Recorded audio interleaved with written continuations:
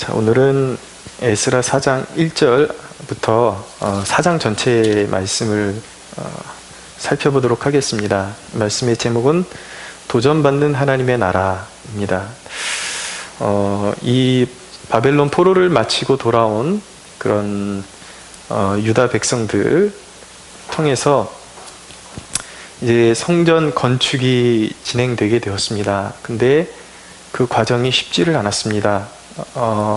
시작한 지 얼마 되지 않아서 이제 난항을 겪어야만 했습니다. 고레스 왕 제3년, 그러니까 주전 536년부터 다리오 왕 제3년까지 주전 약 520년 정도까지 이 기간을 이렇게 계산해 보면은 무려 16년간이나 하나님이 허락하셨던 공사였음에도 불구하고 중단되었다라는 것을 성경이 증언하고 있기 때문입니다. 하나님이 응답하신 일이라고 해서 어려움이 없는 게 아닙니다. 오히려 하나님이 응답하신 일일수록 사탄의 방해가 극심해질 수도 있고 또 굉장히 그 시간적으로 지체될 수도 있다라는 것을 보여주고 있는 것입니다. 그런데 하나님은 패배하지 않으시죠. 전능하시죠. 사탄의 그런 방해까지도 결국은 하나님께서 하나님의 뜻을 성취하는 도구로 사용하시는 전능하신 분이 우리가 믿는 하나님인 것입니다. 오늘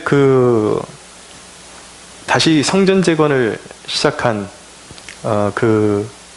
이스라엘 백성들을 대적했던 그 대적들의 정체는 누구였는가? 바로 사마리아인들이었습니다. 자, 이 사마리아인들에 대해서 우리가 내력을 좀 알 필요가 있는데 사마리아는 이전에 북이스라엘의 수도였습니다. 근데 이들이 남유다보다 갑절로 썩고 부패해서 결국은 하나님의 징계를 받아서 이제 아수르에게 패망하게 되죠. 당시에 이제 주전 722년 정도에 에살핫돈이라는 그런 아수르 왕에게 북이스라엘이 이제 멸망당하게 됩니다. 근데 이 에살핫돈이 편 정책이 무엇이냐면 북이스라엘에 있던 그런 이스라엘 백성들을 이방 곳곳으로 흩어버리고 이방신을 섬기는 이방인들을 사마리아로 유입시켜 가지고 남아있는 이스라엘 백성과 그리고 그것에 유입된 이방인들이 서로 이렇게 결혼하게 되고 이렇게 되면서 혼혈 족속을 만들게 되고 그래서 영적인 순수성을 잃어버리게끔 그렇게 만들었습니다.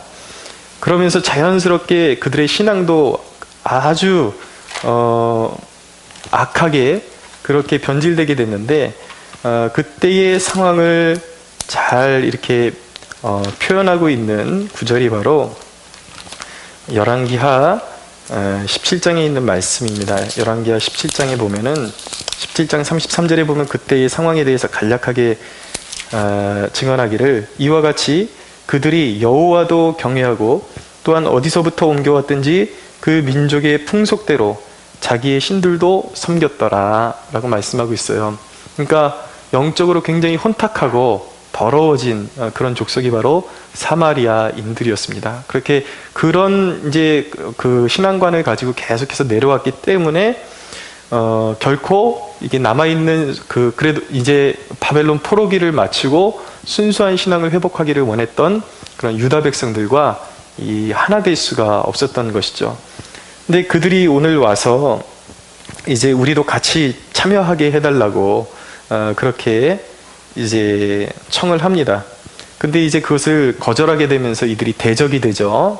근데 원래 이들이 호의적으로 다가왔던 것이 아니라 이들은 본래부터 하나님의 나라를 대적하는 존재들로 다가왔던 것입니다. 자, 오늘 본문을 통해서 하나님의 대적들, 하나님 나라를 대적하고 무너뜨리는 세력에 대해서 그들의 모습이 어떤 모습으로 다가오는가, 그들의 특징은 무엇인가를 우리가 배우게 되는 것입니다. 근데 이 대목이 중요한 것은 오늘날의 교회를 대적하고 하나님의 나라를 대적하는 존재들과 너무나도 해 아래 새 것이 없다고 똑같아요. 모습이 똑같습니다. 자, 우리가 한번 비교해 보면서 그들을 진단해 보자고요. 자, 여기 나타난 하나님 나라의 대적들, 하나님 나라의 대적들의 특징은 무엇이냐면 비슷한 모습으로 찾아온다라는 거예요. 그러니까 하나님의 순수한 백성들과 비슷한 모습으로, 비슷한 신앙인의 모습으로 찾아온다라는 것입니다. 자, 2절을 보세요. 1절, 2절입니다. 서로 잡혔던 자들의 자손이 이스라엘의 하나님 여호와의 성전을 건축한다 함을 유다와 베냐민의 대적이 듣고 스룹바벨과 족장들에게 나와 이르되 우리도 너희와 함께 건축하게 하라. 우리도 너희같이 너희 하나님을 찾노라. 아수르 왕 에살핫돈이 우리를 이리로 오게 한 날부터 우리가 하나님께 제사를 드리노라. 이들도 우리도 너희랑 똑같다. 우리도 너희가 섬기는 하나님을 섬기고 싶은 것 뿐이야. 그리고 우리 안에도 하나님을 섬기는 신앙이 있다. 이렇게 다가오죠. 이들은 그 신앙의, 이 하나님 나라의 대적들은, 신앙의 동질성을 가지고 이제 하나님의 백성들에게 찾아오는 것입니다. 그 모습을, 고린도 후서가 정확하게 표현하고 있는데, 고린도후서 11장 13절 이하에 보면은 그런 사람들은 거짓 사도요 속이는 일꾼이니 자기를 그리스도의 사도로 가장하는 자들이니라. 이것은 이상한 일이 아니니라. 사탄도 자기를 광명의 천사로 가장하나니. 그러므로 사탄의 일꾼들도 자기를 의의 일꾼으로 가장하는 것이 또한 대단한 일이 아니니라. 그들의 마지막은 그 행위대로 되리라 라고 말씀하고 있는 것입니다. 사탄은 역사 속에서 진화하는 모습을 계속해서 보이고 있습니다. 한때는 교회 안에 이제 주로 이제 한국교회의 모습을 우리가 비추어 보면서 말씀드리면, 한국교회 안에 사탄은 한때는 율법주의라는 이름을 가지고, 얼굴을 가지고 교회에 들어와서 하나님을 향한 경건의 모습을 경직되게 하고, 그 신앙에서 생기를 완전히 빼앗아가 버리는, 그래서 비판 의식만 늘어가고, 자기가 마치 무엇이 된 양, 자기가 진리를 추구하고 있다는 것이 겸손의 동력이 된 것이 아니라, 그것을 통해서 사람들을, 상대방을 비방하고 상대방의 죄거리를 찾고, 이런 경직되고 그런 종교인적인 모습으로 이렇게 전락시키는 그런 모습으로 사탄이 교회 안에 들어오게 되죠. 그래서 이전에 신앙인들 보면 거룩하다 그러면 어떤 모습이냐면 자연스러운 모습이 아니라 목에 기부 싼 것처럼 빳빳해가지고 가식적으로 목소리도 굵게 내고 이런 모습으로 이제 나타나게 된 것입니다. 근데 그들의 가정에서 보면은 정말 사랑은 눈꼽만치도 없고 늘 정죄하고 판단하고 그런 모습들, 오히려 신앙이 깊어진다 할수록 더욱더 판단하는 모습만 깊어지는 그런 모습으로 이제 사탄이 이제 교회를 병들게 만들었던 것입니다. 그런데 오늘날 이 시대를 진단해 보면 율법주의의 반대쪽으로 튕겨나가서 많은 사람들의 신앙의 모습이 무율법주의의 모습을 띠고 있습니다. 물론 그들은 자신들은 무율법주의가 뭔지도 몰라요. 우리가 신학적인 견지로 이 우리 세대를 진단했을 때에 무율법주의에 가깝다라는 것이죠. 요즘 세대의 그 강조가 무엇이냐면 주님은 사랑이시다, 무조건 은혜다. 그러니까 그 은혜를 왜곡시켜서 거룩함이 없어요. 자기가 살고 싶은 대로 살아가는 모습, 말하고 싶은 대로 말하고, 걸러보지 않고 보고 싶은 거 다 보고, 가고 싶은 데 다 가고, 말하는 것도 세상하고 너무나 똑같고 구별됨이 전혀 보이지 않는데도 불구하고 나는 하나님을 사랑한다.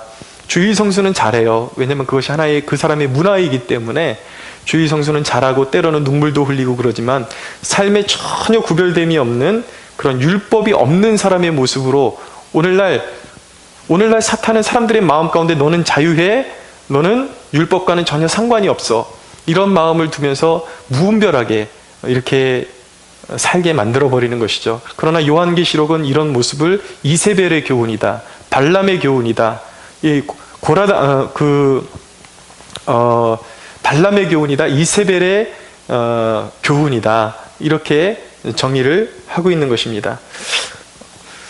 사탄이 이 시대별로 이렇게 진화시키는 거예요. 공격을, 사람들을 이렇게 현혹시켜서, 미혹시켜서 중심을 잃어버리게 만들어 놓은 것이죠. 그리고 최근 들어서 더 드러나기 시작한 현상은 무엇이냐면 사람들의 그 내재된 그 휴머니즘을 추구하는 사람의 그런 어떤 그 갈증, 그런 것들을 이렇게 본성을 사탄이 자극을 해요. 그래서 인간 중심의 그런 생각들, 그러니까 이 휴머니즘이라는 것이 잘 분별해야 되는 게, 이 휴머니즘은 굉장히 선이라는 탈을 쓰고 있습니다. 평등, 평등한 세상을 추구하는 것, 인권, 자유, 이런 용어들로 포장이 되어 있어요. 그런데 그들의 모습은 참 어떻게 보면 좋은 모습으로 나타나요. 뭐냐면 아파하는 사람이 있으면 막 공감해주는 그런 걸로 나타나죠. 공감해주고 함께 울어주고 함께 슬퍼해주고 하는 것 같은데, 그들의 모습을 보면 순수하게 울어주고 순수하게 아파해주는 것이 아니라 무언가 다른 목적이 있어요. 그것을 정치적인 수단으로 사용한다든지, 어떤 정권을 잡기 위해서, 자신들의 목적을 치르기 위해서 그런 인간의 그런 좋은 것들을 끄집어내는 듯 하지만 속으로 자신의 야욕을 채우기 위한 모습들로 가득 찬 그런 모습들로 나타나고 있다는 것이죠. 오늘날 사탄은 그런 휴머니즘적인 모습을 이렇게 추구하게끔 인간들에게 다가오고, 교회 안에까지도 들어와서 하나님의 사랑을 왜곡해서 그것이 진정한 진리 안에 기반을 둔 하나님의 사랑을 추구하게 만드는 것이 아니라 휴머니즘적인 그런 인간 중심적인 사랑을 추구하게 만드는 것입니다. 그런데 그것이 가짜라는 것을 어떻게 알 수가 있는가? 그들에게 몇 가지가 빠져 있어요. 뭔가 빠져 있어요. 사랑을 이야기하고 긍휼을 이야기하지만 첫째는 그들에게 거룩함이 없다라는 것을 발견하게 됩니다. 2014년도에 프란치스코 교황이 우리나라를 방한했습니다. 그런데 많은 개신교도들이 환호하고 아주 그를 존경하는 그런 모습을 그렇게 나타냈습니다. 왜냐하면 그것이 교회가 반성해야 될 모습이기도 하지만 속고 있는 것이죠. 교황이 높은 곳에서 내려와서 낮은 곳으로 가서 병자에게 키스해주고 가난한 자를 안아주고, 이런 모습을 보면서 저것이 진정 그리스도인의 모습이 아닌가 그러면서 개신교인들이 교황에게 막 환호하기 시작했어요. 근데 교황에게 많은 개신교인들이 마음을 혹하게 만든 그 중심에 한국교회의 그 대표적인 그런 유명한 목회자들, 영적인 지도자들이 단단히 한몫을 했습니다.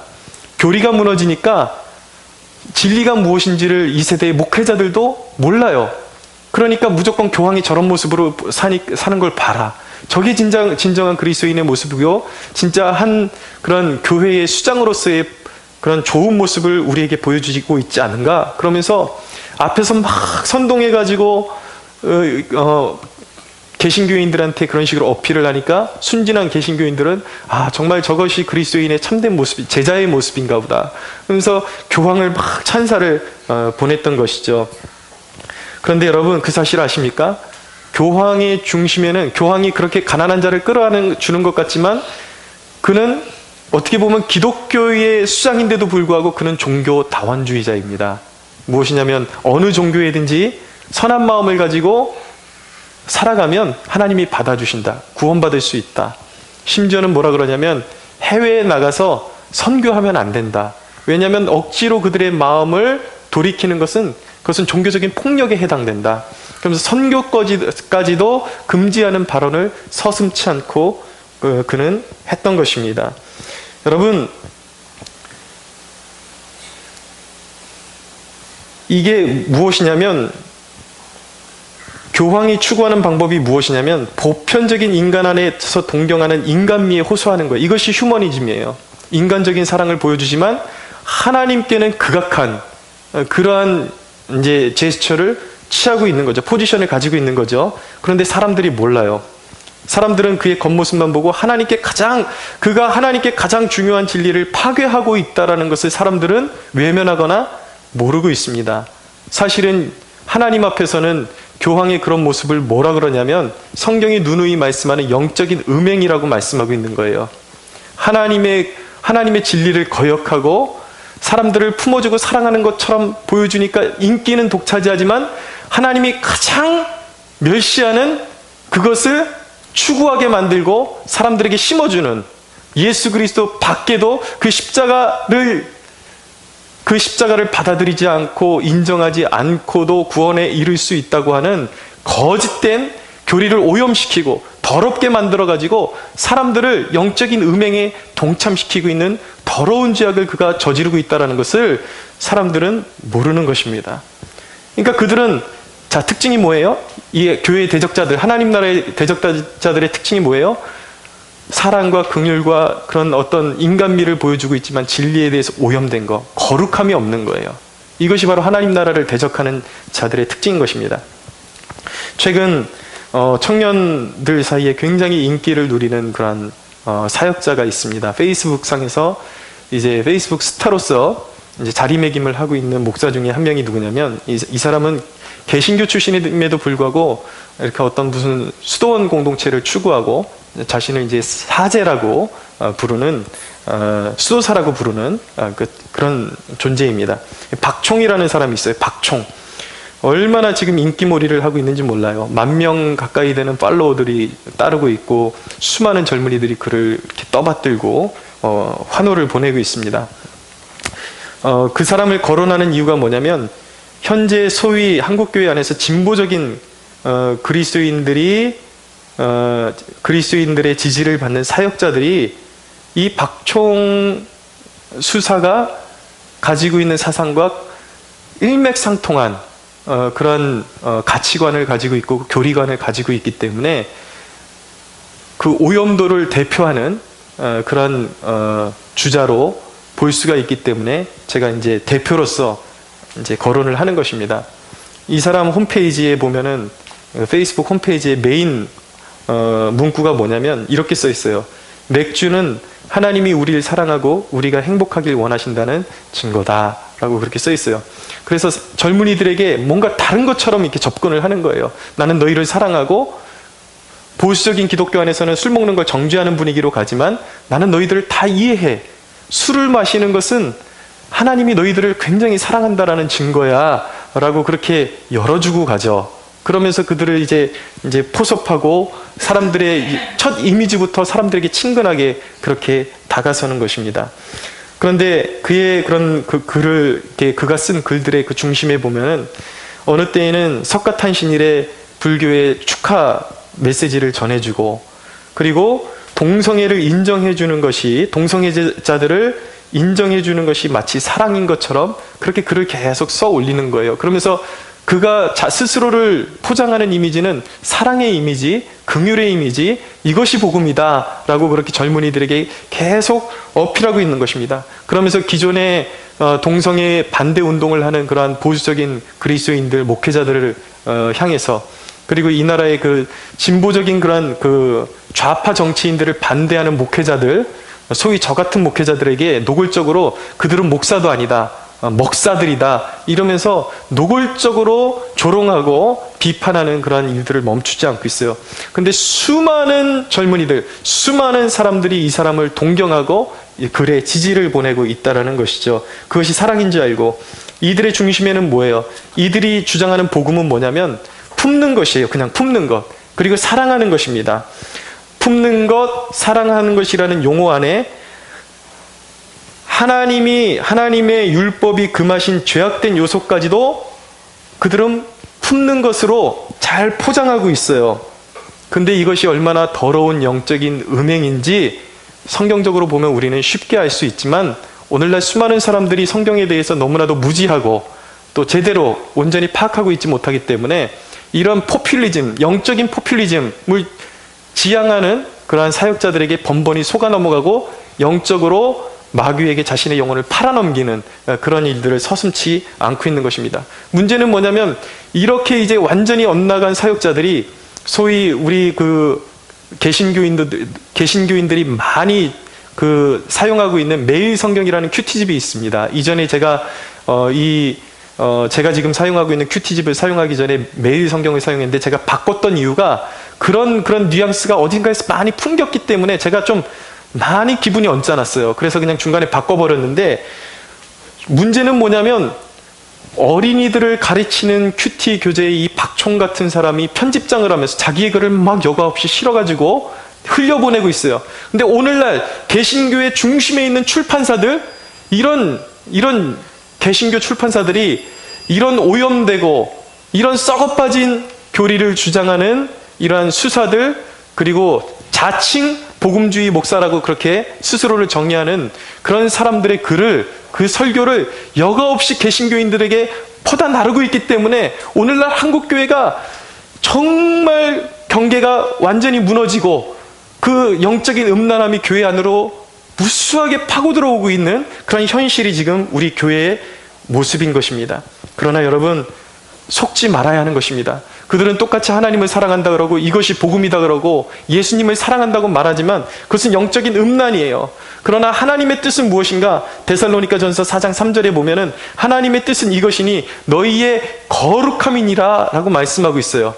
아무리 그가 글솜씨가 좋고 아무리 그가 신학적으로 뛰어난 면모를 보여주고 있다고 할지라도 그의 사상과 그의 글과 그의 설교에 영적인 거룩함이 없다면 그것은 영적인 음행이요 더러운 것입니다. 여러분, 한국교회를 향하신 하나님의 뜻은 우리의 거룩함인 줄로 믿으시기 바랍니다. 거룩해야 돼요. 거룩함이 빠진 복음은 거짓된 것입니다. 영적인 음행인 것입니다. 여러분, 하나님 나라의 대적은 첫째 비슷한 모습으로 찾아온다고 말씀드렸어요. 하나님의 이름으로 찾아온다. 예수님의 이름으로 찾아온다. 두 번째, 그들의 초점은 교회를 세우는 것이 아니라 교회를 무너뜨리는 데 있습니다. 자, 이 시대의 논쟁들을 보세요. 자, 처음에는 새벽 기도가 잘못됐다, 이런 식으로 출발하더니 저는 솔직히 말해서 그 출발점부터 알았습니다. 그 다음 단계 뭐가 나오겠구나, 그 다음 단계는 뭐가 나오겠구나. 근데 그 순서가 일정하게 나오더라고요. 처음에는 새벽 기도가 정한수 한 잔 떠놓고 조상들이 새벽에 비나이다 비나이다 하던 그 전통을 이어받은 것이다. 그렇게 나오더니 이제는 음주 문제에 대해서 건드리는 거예요. 기독교 전통의 금주는 그냥 우리나라의 선교사들이 와서 그냥 하나의 전통으로 만들어 놓은 것이지 절대적인 성경적인 가치관은 아니다. 오늘날 시대가 변했고 그 시대에는 선교사들이 왔을 때 우리나라가 술주정뱅이들이 너무나도 많았기 때문에 그것을 금지시키기 위해서 금주제도를 도입한 것이다. 그런데 여러분, 그들의 그 교리의 모순과 더러움이 여기 있는 것입니다. 오늘날보다 더 술과 범죄가 직결되고 연결된 그런 때가 어디 있습니까? 술 먹고 자식을 죽이고, 술 먹고 아비를 죽이고, 어미를 죽이고, 수많은 강간과 음란과 이 더러운 것들이 다 술과 연결되어 있는데, 여러분, 오늘날이라고 술이 여러분 우리의 삶과 거리가 멀다라고, 마셔도 괜찮다라고 그렇게 말할 수 있는 시대가 되었습니까? 아닙니다. 시대는 더 악해지고 있는 것입니다. 오늘날 수많은 연예인들이 무너지는 모습을 보십시오. 처음에 어느 교회 간증 다닌다 이렇게 하다가 유명해지고 그러니까 하루아침에 무너지는 내용이 뭐예요? 다 술이에요. 이혁재를 보십시오. 개그맨 한창 뜨고 있을 때 그 젊은 시절에 룸사롱 가던 그 버릇 못 고쳐가지고 한순간에 무너지는 모습을 보세요. 그럼으로써 여러분, 욕먹는 거 누가 욕먹는가? 하나님이 다 욕을 먹는 거예요. 그렇게 해서 저 그리스도인이라 그러더니 늘 저래. 늘 기독교인들은 저래. 온 먹지 않아, 하나님이 드시지 않아도 되는 욕까지, 그런 부주의한 그리스도인들 때문에 하나님이 다 욕을 드시고 계시다라는 것이죠. 여러분, 이들의 그런 가르침이 얼마나 거짓된 것인지는 이 사회를 우리가 조금만 봐도 어렵지 않게 파악을 할 수가 있습니다. 그 다음에 건드리는 게 뭐예요? 11조 건들죠. 그 다음에 건드린 게 뭐예요? 설마 했는데 이제는 주의성수까지 건드리고 나오는 거예요. 보십시오. 그러고 나서 이제 요즘 나오는 또 이슈가 있어요. 또 다른 이슈가 뭐냐면, 이 진보적인 그 기독교 언론 매체에서 건드리는 게 뭐냐면, 마치 목회자가 사례비를 교회에서 받지 않고 외부에서 자기가 일해서 돈 벌면 그것이 가장 건강하고 모범적인 사례가 되는 그러한 목회자인 것처럼 막 포장을 해줍니다. 그럼 사람들은 막 그걸 퍼다 날라요. 와, 이런 목사님도 있다더라. 교회에다가 손 안 벌리고 자기가 사례비 벌어가지고 목회하는 목사님도 있다더라. 근데 여러분, 그러면서 그들이 그런 목회자가 경제활동하는 것에 대한 그런 증거구절로 드는 것이 뭐냐면 아주 쉽습니다. 사도 바울이 천막업을 하면서 돈을 벌었다라는 거예요. 근데 그들은 하나만 알고 정말 열을 모르는 무식한 자들인 것입니다. 왜냐하면 사도 바울은 순회 선교사였어요. 교회를 세우고 이동하는 사람이었고, 사도 바울이 한 일은 무엇이냐면 교회를 세우고 나면 그곳에 디모데 같은 사람, 오네시모 같은 사람, 거기 감독을 세우고 장로들을 심어주는 거예요. 그러면은 그들은 전임 사역자예요. 전임 사역자들은 반드시, 사도 바울도 서신서에서 뭐라 그러냐면, 말씀을 가르치는 자들에게 그들에게 생활에 부족함이 없도록 사례비를 줘라 라고 이렇게 신약 성경이 분명히 못 박아서 말씀하고 있는 것입니다. 근데 그들은 그런 것들을 다 제껴버려요. 그래서 사도 바울 한 사람을 모범으로 하면서 교육자들도 이제 교회에서 돈벌해서는 안 된다. 근데 여러분, 단지 이게 돈 문제인 것 같죠? 왜 이것이 위험한지 아십니까? 자, 이들이 지금 하나하나 벽돌을 빼는 걸 보십시오. 새벽기도 빼버려요. 기독교인들에게, 하나님의 자녀들에게 술에 대해서 확 오픈해버려요. 11조 잘라버려요. 주일 성수도 마음대로 해버려요. 목회자가 말씀 연구를 안 하고 밖에 나가서 돈 벌기 시작하면 겉으로 보기엔 존경스러운 것 같지만 그만큼 기도 시간이 없게 돼요. 여러분, 이 말씀 한번 전하는데, 이 설교 하나 하는데 시간이 얼마나, 이 준비하는데 과정이 오래 걸리는 줄 아십니까? 도저히 정상적으로 목회하는 사람이 밖에 나가서 돈 번다라는 것은 불가능합니다. 근데 그들은 그것을 미화시켜요. 그들의 추구는 무엇입니까? 결국은 그들이 추구하는 것은 교회에서 영적인 능력을 다 빼버리는 거예요. 은총의 수단들을 다 벽돌을 빼버려서 교회를 황폐화시키는 것이 그들의 궁극적인 목적이에요. 그런데 사람들은 몰라요. 그들이 그냥 옳은 말 하는 것 같고, 특별히 이 시대의 사람들은 비판하는 것을 좋아하는 그런 체질적인 면들이 있기 때문에, 그런 간지러운 면들을 이 진보 매체들이 살살살살살살 잘 긁어주니까 맞다 그런데 그 알고 보면 사탄이 미끼 하나씩 던지는 거죠. 조금씩 더 와. 그 끝은 어디예요? 우리 후대들이 지옥으로 떨어지는 것입니다. 신앙에 뼈대도 없고 아무것도 없고 이방인들과 같이 영적으로 더러워진, 음행하는 그러한 이방인들과 같이 더럽히는 것, 그것이 바로 오늘날의 하나님 나라를 대적하는 존재들의, 그들의 정체인 것이에요. 그래서 우리가 알아봐야 하는 것입니다. 여러분, 하나님 나라를 대적하는 이 세력들의 세 번째 특징은 무엇이냐면, 그들은 세상과 결탁하고 있다는 것입니다. 오늘 말씀 4장, 에스라 4장 11절에서 16절 보십시오. 아닥사스다 왕에게 올린 그 글의 초보는 이러하니, 강 건너편에 있는 신하들은 왕에게 아뢰나이다. 당신에게서 우리에게로 올라온 유다 사람들이 예루살렘에 이르러 이 패역하고 악한 성읍을 건축하는데 이미 이 기초를 수축하고 성곽을 건축하오니 이제 왕은 아시옵소서. 만일 이 성읍을 건축하고 그 성곽을 완공하면 저 무리가 다시는 조공과 관세와 통행세를 바치지 아니하리니 결국 왕들에게 손해가 되리이다. 우리가 이제 왕궁의 소금을 먹음으로 왕이 수치당함을 참아보지 못하여 사람을 보내어 왕에게 아뢰오니, 왕은 조상들의 사기를 살펴보시면 그 사기에서 이 성읍은 패역한 성읍이라.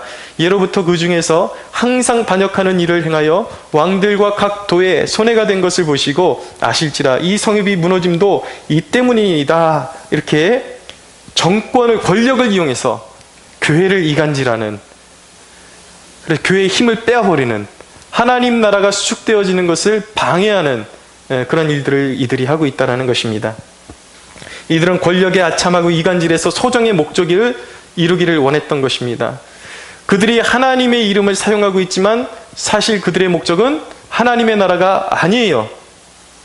그들은 사회적이고 정치적인 그런 유다 지역의 주도권과 종교적인 주도권, 그것을 쥐고 싶은 거예요. 금전적인, 그래서 나중에 정치적인 주도권을 가지고 결국은 금전적인 유익을 취하고 어떤 명예와 그리고 금전욕에 자신들의 그런 배를 채우기 위해서 그들이 이 짓을 하고 있었다라는 거예요. 이 시대의 교회를 망가뜨리는 진보 매체가 무엇인가? 뉴스 앤 조이라는 그러한 기독교 신문이 있어요. 여러분들 이 정도는 알고 계셔야 돼요.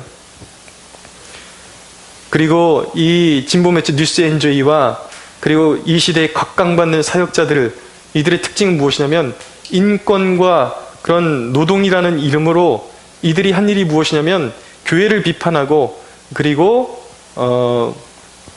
보수 정권은 무조건 깎아내리고 그들이 좌파 정권을 창출하는데 일조한 이들이 바로 이들입니다.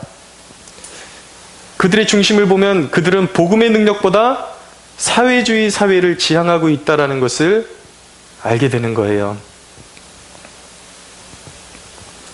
여러분,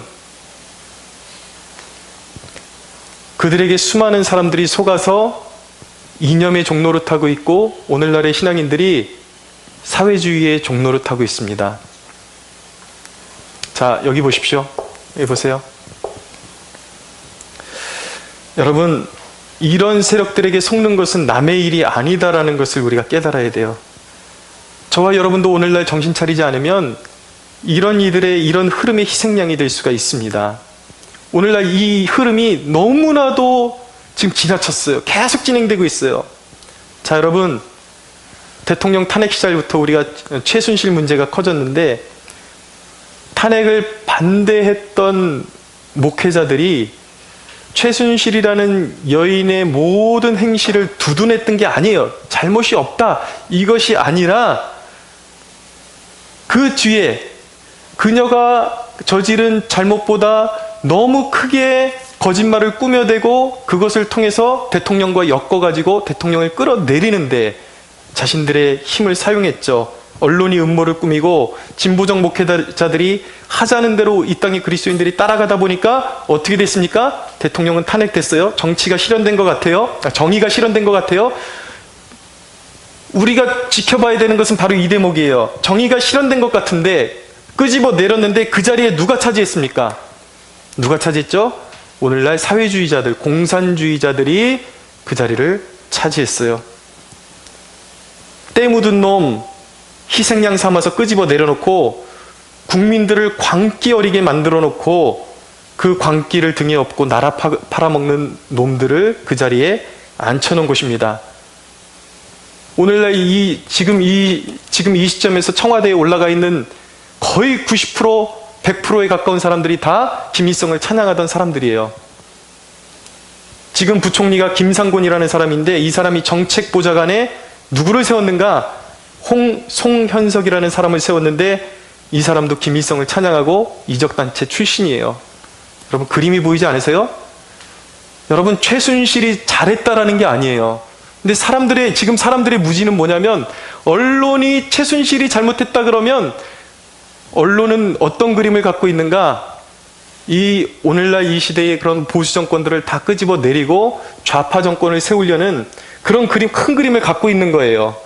근데 사람들은 그걸 몰라요. 모르고 최순실 죽여야 돼, 최순실 죽여야 돼. 그래서 이 큰 그림을 보고 있는 그런 어떤 사회를 바라보는 실력자들 말을 우리는 참고해야 되고 영적으로 이 현상을 바라보는 목회자들을 귀 기울여서 들어야 된다라는 거예요. 그런데 사람들이 너무나도 분별력 없이 언론이 사람들이 얼마나 단순한지 그들에게 혐오감을 불러일으키는 기사들을 막 전해주면 사람들이 들고 일어나서 최순실 죽여야 돼, 최순실 죽여야 돼. 사람들이 이렇게 반응하는 걸 그 이상 못 본다라는 것을 언론이 알고 그 배후에 조종하는 정치 세력들이 아니까 그렇게 부추겨가지고 결론은 때 묻은 놈을 끌어내리고 그 자리에 나라 팔아먹는 놈들을 심어놓는 것이 바로 오늘날 이 시대의 언론의 모습이요, 오늘날 진보적인 목회자들의 모습이요, 오늘날 사회의 모습이라는 거예요.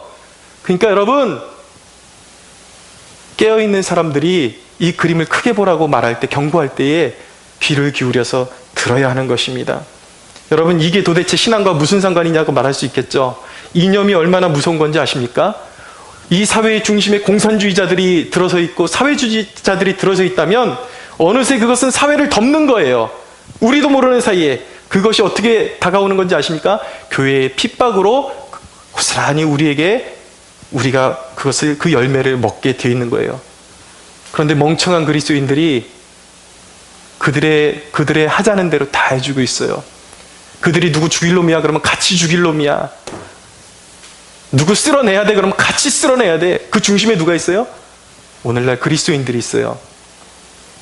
영적으로 멍청한 사람들, 나라 팔아먹는 그리스도인들, 하나님이 기뻐하실까요? 결국 이 땅의 공산주의자들이 다 차지해버리고 교회가 핍박받는다면 사회 정의를 외치던 그리스도인들이 설 자리가 있을까요? 하나님 앞에? 과연 칭찬받을까요? 아닙니다. 하나님 결론적으로는 정의를 외쳤는데 영적으로 보면 하나님 나라의 패역한 반역자들이 된 그림이 되는 거예요. 그래서 우리가 누군가가 잘못했다 그럴 때 정말 얼만큼 잘못했는지 그만큼 귀를 기울이고 그 잘못에 대해서 지혜롭게 우리가 사회적으로 처리할 수 있는 방법을 모색해야지, 언론이 하자는 대로 다 따라가면 결국은 때묻은 놈을 끄집어내리고 나라 팔아먹는 놈을 중심에 심어놓는 그런 짓거리에 우리 그리스도인들이 같이 함께 할 수밖에 없는 그런 지금 현실이 되었다라는 것입니다. 우리에게 영적인 분별력이 너무나도 필요한 시기예요. 우리의 선택이 수많은 우리의 후손들을, 여러분 잘 들으십시오. 이 부분 잘 들으세요. 이 시대의 문제는, 신앙의 이슈는 단순히 천국이냐 지옥의 문제보다 더 깊은 문제가 가지고 있어요. 이제는 마지막 세대에 누구 편에 설 것이냐, 이 문제예요. 하나님의 편에 설 것이냐, 아니면 사회주의 그 배후에 있는 사탄의 편에 설 것이냐, 하나님이 지금 이 시간 가운데 요구하고 계신 거예요. 우리가 지금 이 시기 가운데 잘못 선택하잖아요. 그럼 수많은 우리의 후손들을 우리는 어떻게 하다 천국 갈 수 있어요. 왜냐하면 우리는 믿음으로 고백했기 때문에 천국 갈 수 있을지는 모르겠지만, 우리가 잘못 선택해서 줄을 잘못 써가지고 우리 후손들에게 사회주를 물려주고 이 나라의 황폐함을 물려주게 되면 어떻게 돼요? 우리 후손들을 우리의 실수 때문에 지옥으로 밀어 떨어뜨려버리는 그런 죄악을 우리가 짊어져야 하는 신세가 될 수 있다라는 것입니다. 우리 후손들이 우리의 부주의 때문에 이념을 섬기고, 저 보십시오 여러분, 오늘날 북한의 모습이 왜 저렇게 된지 아세요?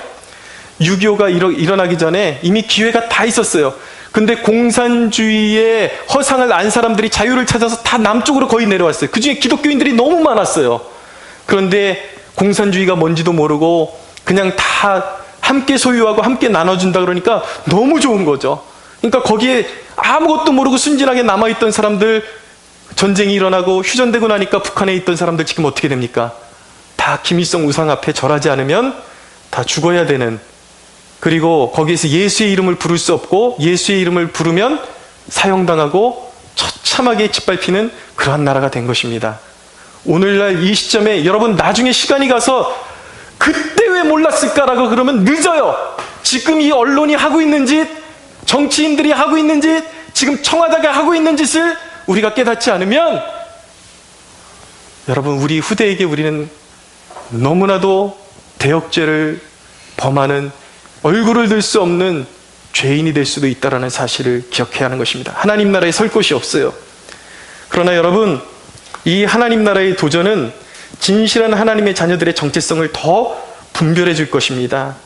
여러분, 이 가짜 하나님의 백성들, 이 하나님 나라를 대적하는 이들이 우리도 함께 하나님을 섬기길 테니까 받아달라라고 말했을 때 스룹바벨과 예수아의 반응을 보십시오. 3절을 보십시오.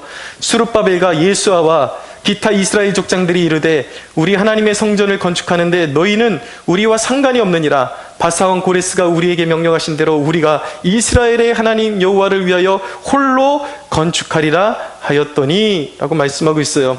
여러분, 이 시대에 필요한 것은 무엇입니까? 분별력이에요. 모두가 나도 예수님 믿어, 동일한 것 같지만 달라요.